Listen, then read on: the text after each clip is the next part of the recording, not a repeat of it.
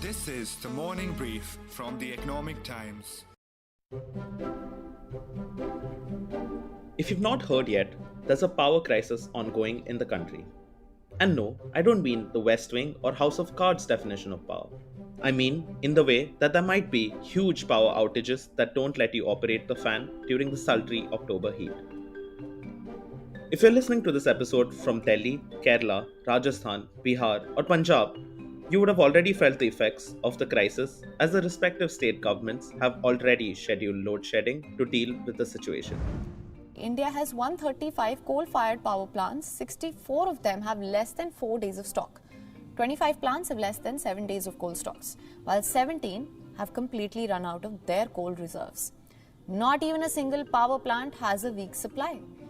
India's coal stocks are at critical levels and states are sounding alarm bells over possible blackouts. Amidst this backdrop, Home Minister Amit Shah held a meeting with Power Minister R.K. Singh, Coal Minister Prahlad Joshi, along with other senior officials to discuss the current supply situation as well as the coal shortage. State-owned Coal India Limited, the fossil fuel behemoth and the largest coal company in the world, handles over 350 mines in the country. Coal India's production has stagnated over the last 3 years. This has not been on par with the power demand of India's economy, which has been hitting new peaks every couple of months. And therein lies the crux of the matter. India also saw increased power demand during COVID. With the pandemic still on now, the demand is only likely to increase.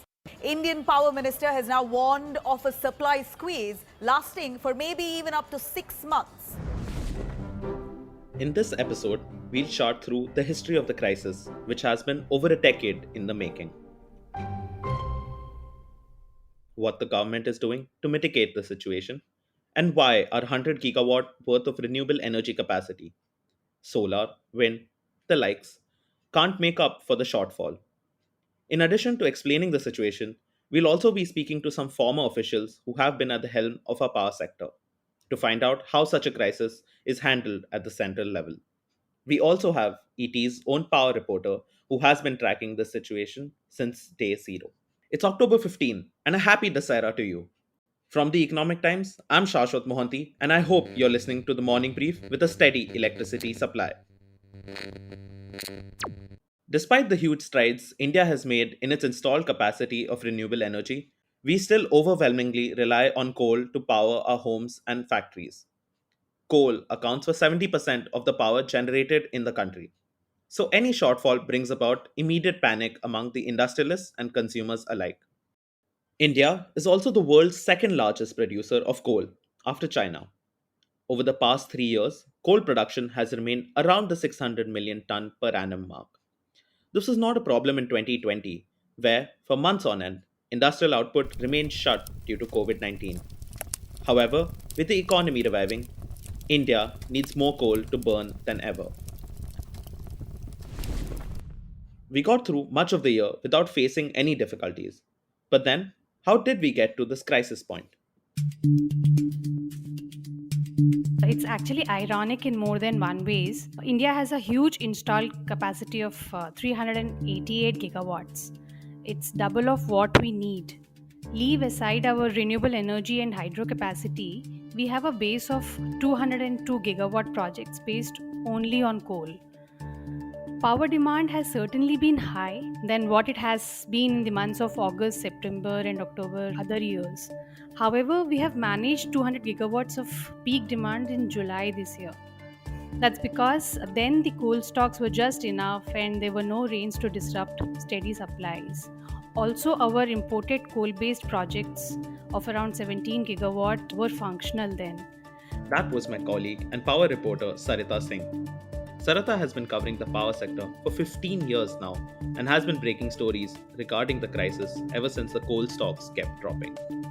So we have reached here due to a combination of 4 factors: high power demand, rains that hit coal supplies, less imported coal-based generation.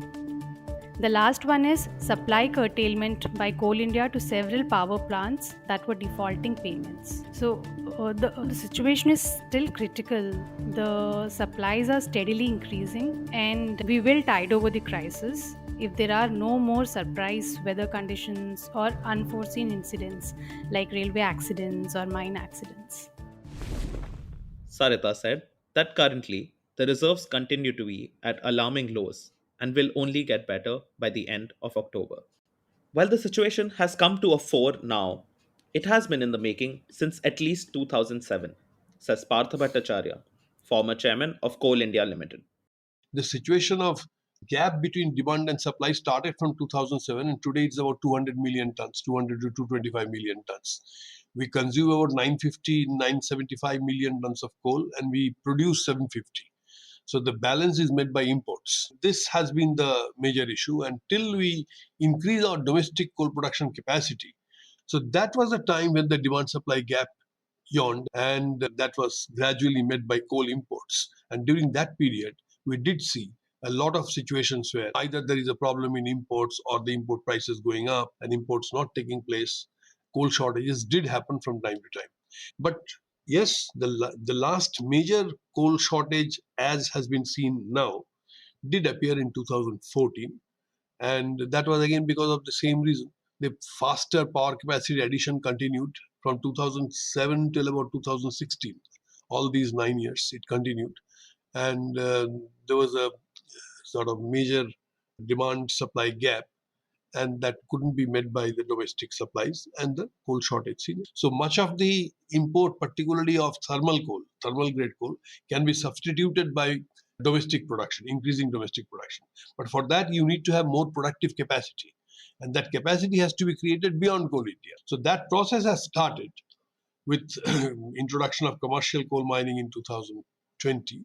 But that has taken more time than it should have taken. I mean, it could have done earlier, sometime in 2007 onwards, then we might not have seen any coal shortage at any point of time.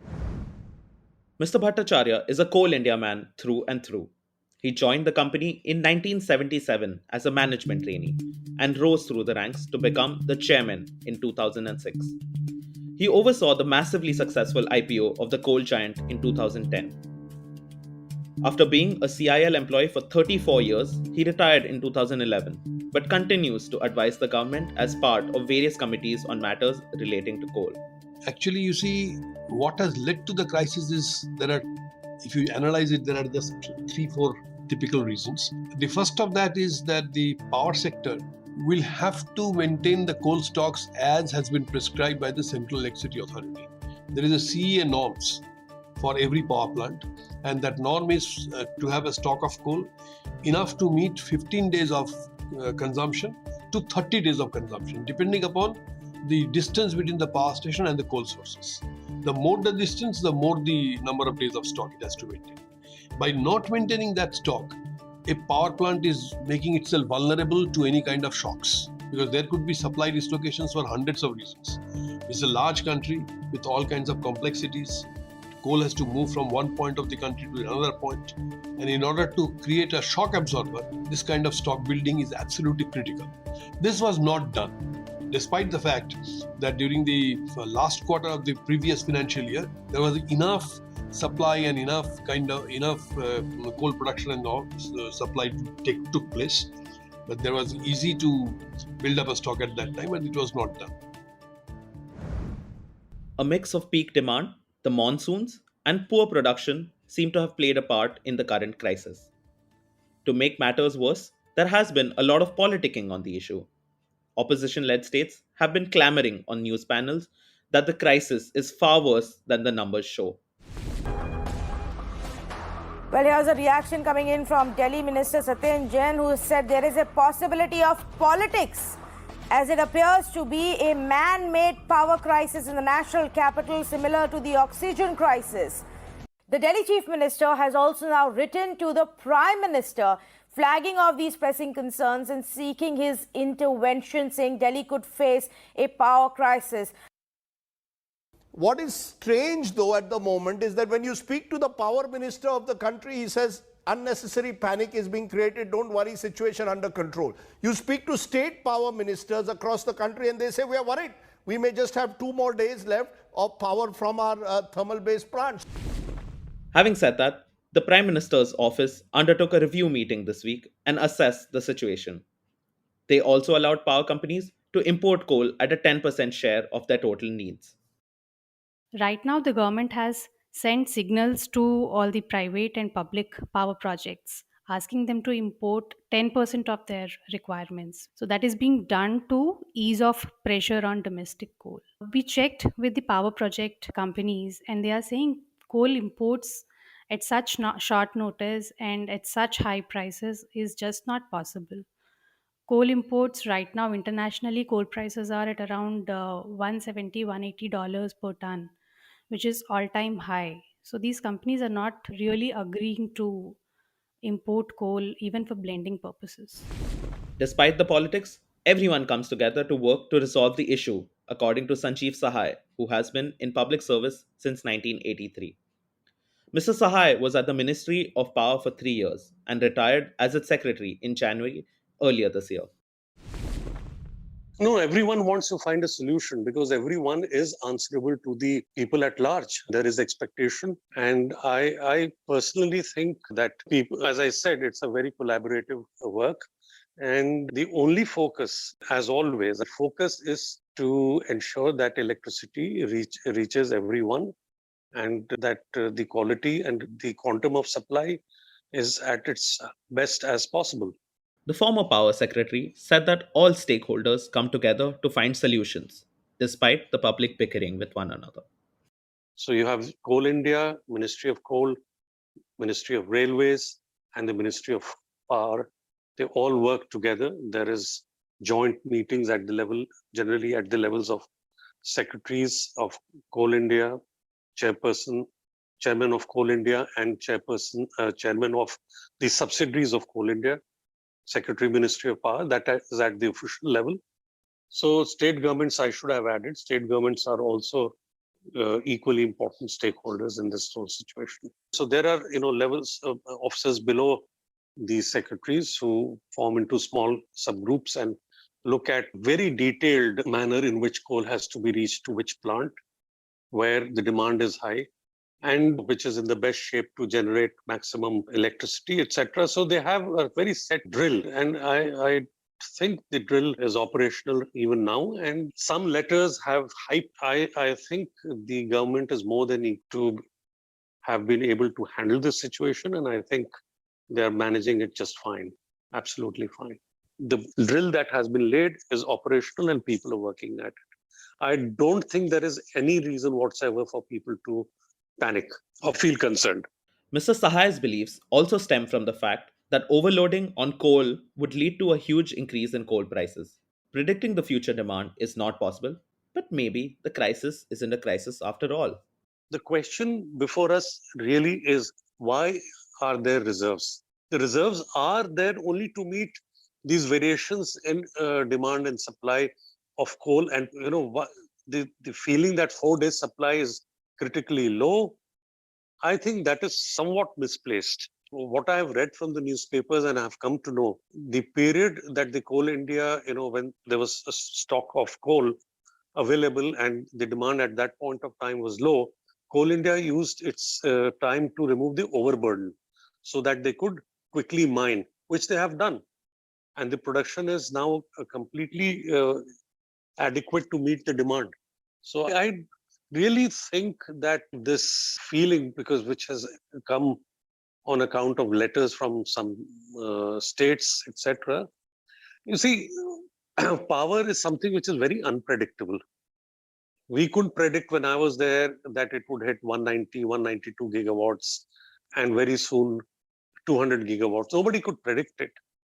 So you always keep reserves. And reserves are meant to handle situations like this.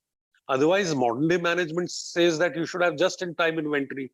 Why should you carry 3 weeks of coal stock and raise the price up? There has been one stark realization as a result of the crisis. India still relies heavily on polluting coal to run the country. We have over 100 gigawatts of installed renewable capacity, but those resources aren't helping to avert the crisis just yet, much to Greta Thunberg's chagrin. It's not renewables operating at a lesser capacity. They are operating as usual, but since the demand is so high and we are coal dependent country because of the high power demand scenario, The generation from renewables is just not enough to cater to our demands. The renewable generation in September has been around 11%. Also, renewable energy is very intermittent. And that is why countries around the world talk about storage when it comes to renewables. And India is also looking at it. The wind capacity starts dwindling post monsoons. And as far as solar is concerned, India's peak demand is generally being noticed in the post noon hours and evening hours. The Ministry of Power and the Ministry of New and Renewable Energy work closely with one another to decide India's power policy. They even have the same minister. Mr. Sahai worked with both bodies during his tenure at the Power Ministry and said that coal will still be relied upon not only in India but the Western countries, which have substantially phased out their fossil fuel plants over the years. So let us look at Germany, England, etc., where renewables are very high, right? Germany is so well known as the pioneer in terms of having brought solar into the grid. And even in the UK, renewables have a very significant contribution. What's happened today? They're trying to crank up their old coal-fired thermal power stations because renewables at the end of the day, if it is solar, gives power only for a certain period and it's intermittent. At night, whilst the European countries are blessed with strong sea breeze and they get power from wind, India doesn't even have a very strong wind pattern. Bulk of our wind generation is in the monsoon period. So how do we sustain? Two variations. One is the seasonal variation and one is the daily variation when the sun sets or it's cloudy. So you have to have coal as whatever technology we have today, as it obtains today. It is for India, which does not have natural gas. We have to depend on coal. There's no getting away from it. After the sun sets, you need your electricity. Peak hour often happens in the evenings when there is no solar and the wind has still picks up much later at night. So you need solar. So it's not really that the renewables have failed or not. Even if you have a lot of renewables, and we have 100 gigawatts, that's no mean achievement. We have 100 gigawatts of installed capacity of renewables. Even if you, hypothetically speaking, had 200 gigawatts, you would still rely on coal. Moreover, the past couple of years posed a very unique challenge to the coal industry, as Mr. Bhattacharya explains. This particular year, there were two more reasons. One is the COVID second wave, which happened in the first quarter of the year, and that actually hit Coal India very badly. There were a lot of infections. More than 200 people died, actually. So that had been a supply distortion. In the second quarter, when things got slightly better from the COVID point of view, there were rains. And this time we had extended monsoon that continued till the first week of October, in fact, this month. We produced most coal from the open cast mines. A lot of water was there in those mines. That led to kind of problems in producing and transporting coal. But even then, we must give the credit to Coal India that looking at the situation, looking at the scarcity, even in these conditions, and seeing that the coal production and offtake remained flat for all the 3 years, it's a great thing that they have been able to achieve a growth of 5.8% in the first 6 months of this year in production, and a more than 20% growth in offtake. The monsoon winds are expected to leave the country by next week, which would make mining easier. Depleted stocks will be replenished, and with the winter, much of India will use less electricity as compared to the previous months. However, we're expected to hit the next peak demand by March 2022, which poses another challenge for the Indian power sector. So, Power Minister R.K. Singh told ET in a recent interview that India is expected to witness peak of 200 gigawatts in the coming summers. The coal plants need to start building now. As we know that 70% of our requirement is met by coal. For next April, October, the projects need to start building their stocks now because Coal India's production, maximum production, is in the second half of any fiscal, and the power demand is also comparatively less during these months. For if we start building the stocks right now, between October to March, they will serve us from next April to next October, after the monsoons. Those are the measures that the ministry needs to look at. The ministry is in the process of changing the coal stocking norms, which are expected to be more effective in preventing such crises in future. But Mr. Sahai says that while exercising caution is good, the next couple of months should help in stockpiling coal reserves to prevent such a crisis from happening again. The peak mining season has just begun. So the coal will be available. This is the time when the mines work at full speed. So I don't think March is going to be a problem because of any shortage of coal. I don't think that's going to happen at all. We're hitting the peak mining season now. But there's 2 points that I wanted to add, and it may be worth analyzing. Is that the state governments, did they keep their 3 weeks quota of coal or not? Did they stock up the 3 weeks quota of coal or not? The second point is, we say 4 days across, the country, but those power plants, and there are these power plants which are super thermal, etc. At the pit head doesn't require storage, really minimal storage, because it's at the pit head, the mining is going on. The storage only is done to obviate any dislocation because of rains or some other problem. So these storage stocking of coal is low there. You mine, you set it on the conveyor, it goes to the thermal power plant, and it's converted into electricity. So, yeah, we have to take a more nuanced view of the situation.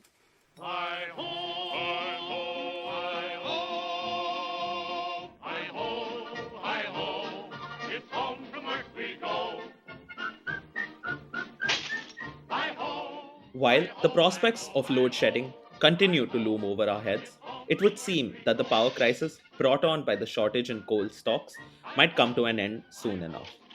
The matter is made worse by constant attacks and back and forths between political parties. But as we heard, at the end of the day, everyone just wants to find a working electrical socket to charge their phones. India has lofty renewable energy targets, and this crisis showed us exactly why the pivot to sustainable energy is needed. Our coal stocks won't last forever, and they are falling short even now. But India is still a developing economy, and it needs reliable power supply to fuel its growth. And it also shows that coal is still king in this country. I would like to thank Sarita, Mr. Bhattacharya, and Mr. Sahai for coming on the show and sharing their decades of experience. That's all from us on this episode. This is Shashwat Mohanty signing off from the Morning Brief. This episode was edited and coordinated by Anjali Venugopalan and produced by Swati Joshi. Soundarya Jayachandran was the sound editor. I hope you enjoyed listening to this episode. We look forward to your feedback. Write to us at themorningbrief@timesgroup.com. And if you like this episode, please share it on your social media handles. The Morning Brief drops every Tuesday, Thursday, and Friday. Thank you for listening and have a nice extended weekend. All edited sound clips used in this episode belong to their respective owners. Credits mentioned in the description.